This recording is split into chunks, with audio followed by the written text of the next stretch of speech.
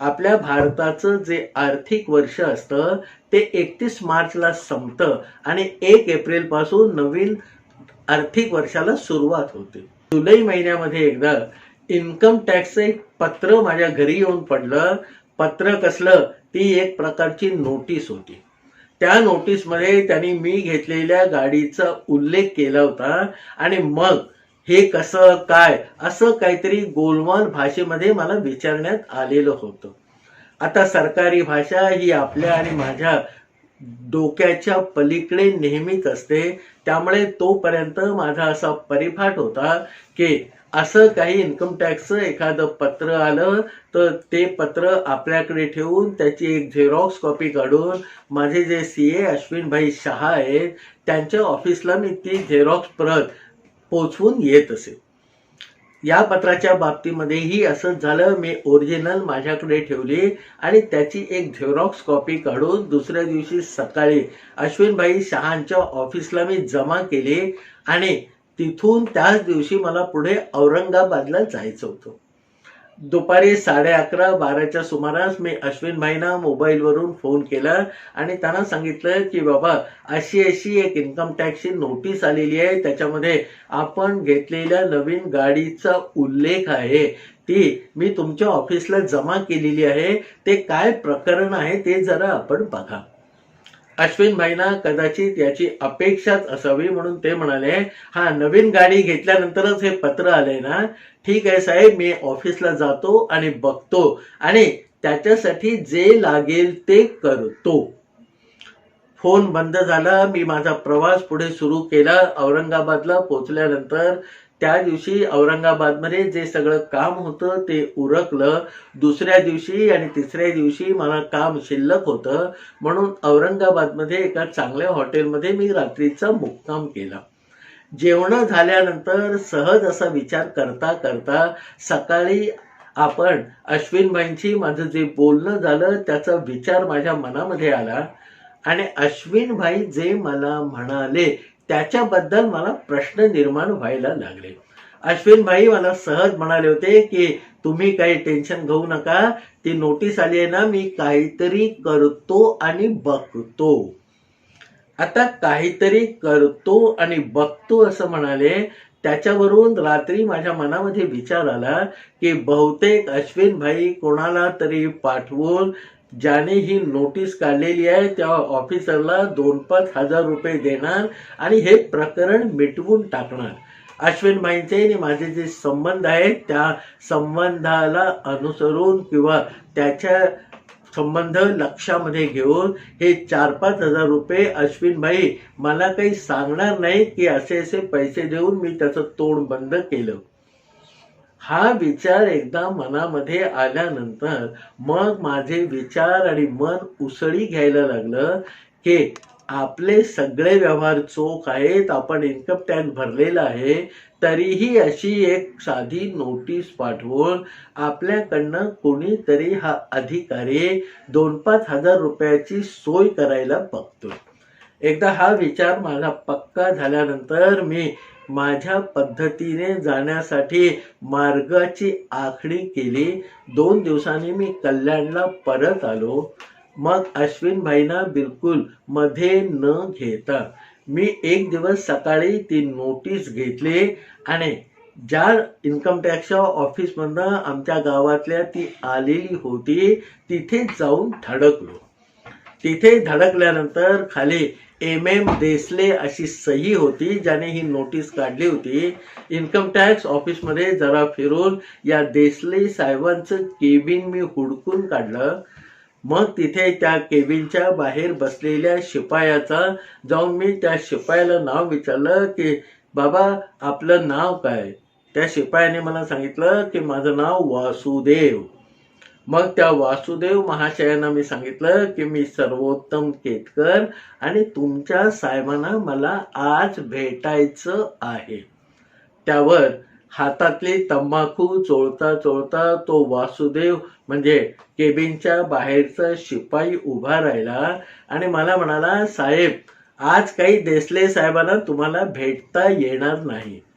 मी त्यांना विचारलं की बाबा आत्ता आतमध्ये काही मीटिंग चालू आहे का? तो म्हणे नाही.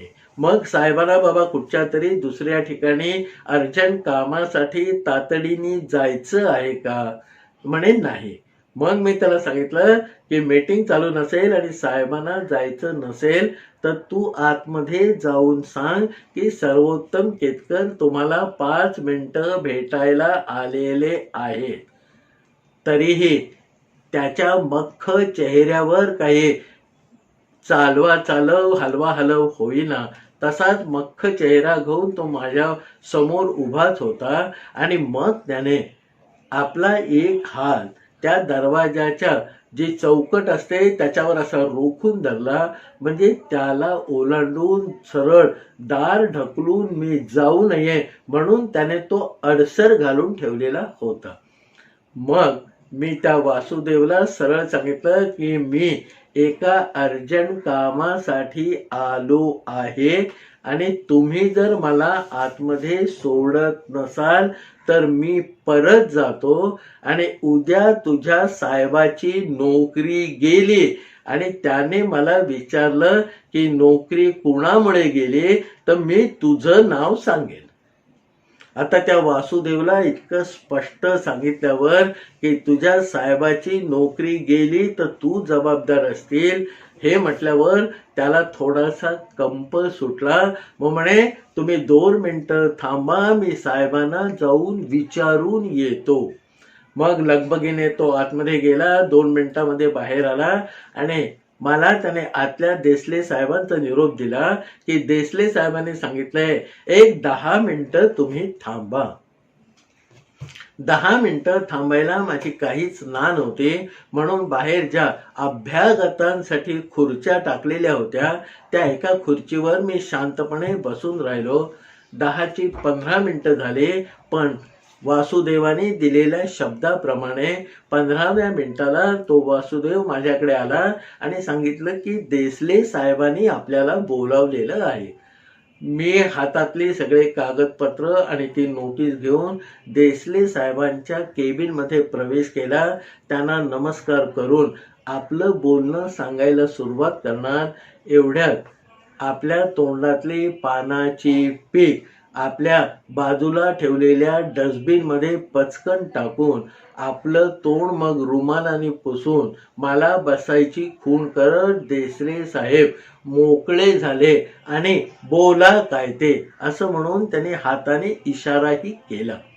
मी त्यांना ती नोटीस त्यांच्या पुढे ठेवली आणि सांगितलं की साहेब आपल्या डिपार्टमेंटकडनं आपल्या सहीने ही मला नोटीस आलेली आहे आणि याचं कारण काय ते मला कळायला पाहिजे म्हणून मी आपल्याकडे आलो आहे. मग आपणच पाठवलेली ती नोटीस देसले साहेबांनी परत एकदा वरपासून खालपर्यंत वाचली आणि मला अगदी उडवा उडवीच्या म्हणाव्या अशा भाषेत सांगायला लागले की अहो आम्ही तुम्हाला घरपोच नोटीस पाठवलेली आहे, तुम्ही काहीतरी उत्तर द्या किंवा तुमच्या सीएला मला भेटायला सांगा. त्याच्यावर मग त्यांच्या समोरच्या टेबलावर माझी इन्कम टॅक्सची सगळे फाईल उघडून मी देसले साहेबांना सांगितलं की बाबा या गाडीचे पैसे चेकनी दिले गेलेले आहेत. गेल्या 3 वर्षाचे सगळे अकाउंट आणि पासबुक मी घेऊन आलेला आहे. त्याच्यामध्ये मला पैसे मिळाल्याच्या सगळ्या नोंदी आहेत.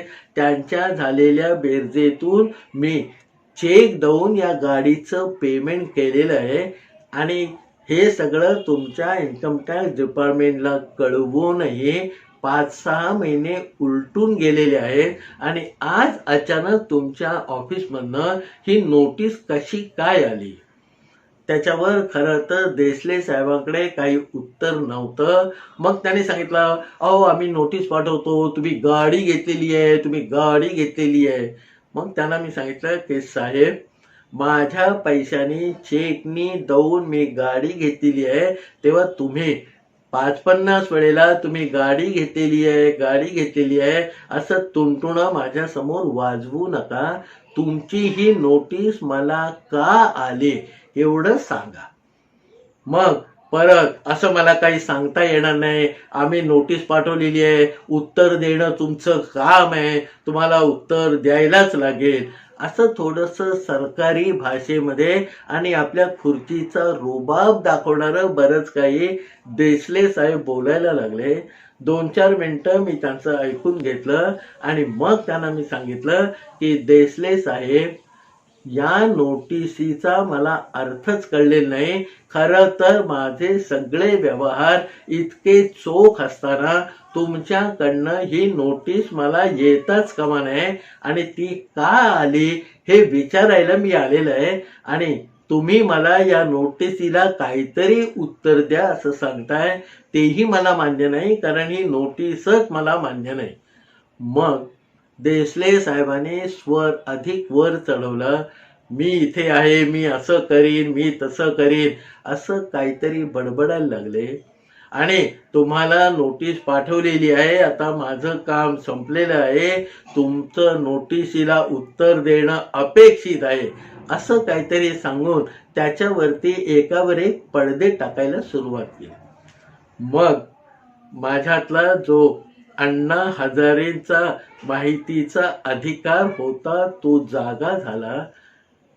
देसले साहेबांच्या समोर खुर्चीवरून उठून उभं राहत मी एवढंच म्हणालो की देसले साहेब, कर्मधर्म संयोगाने या ऑफिसचे माहिती अधिकारी सुद्धा तुम्हीच आहात.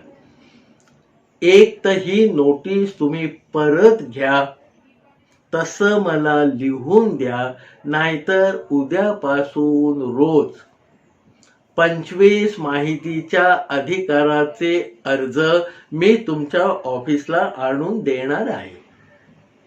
रोज 250 रुपये खर्च मला परवडणार आहे आणि असं 1-2 महिने करत राहण्याची माझी तयारी आहे.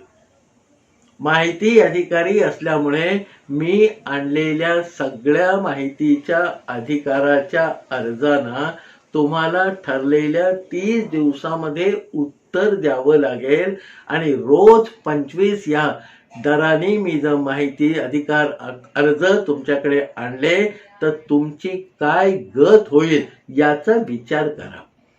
30 दिवसामध्ये चुकून माकून माझ्या माहिती अधिकार अर्जाला तुम्ही उत्तर दिलं नाही तर तुमच्या सर्व्हिस बुकमध्ये त्याची नोंद होईल, तुम्हाला दंड होईल आणि पुढची सगळी प्रमोशन साहेब थांबून जातील.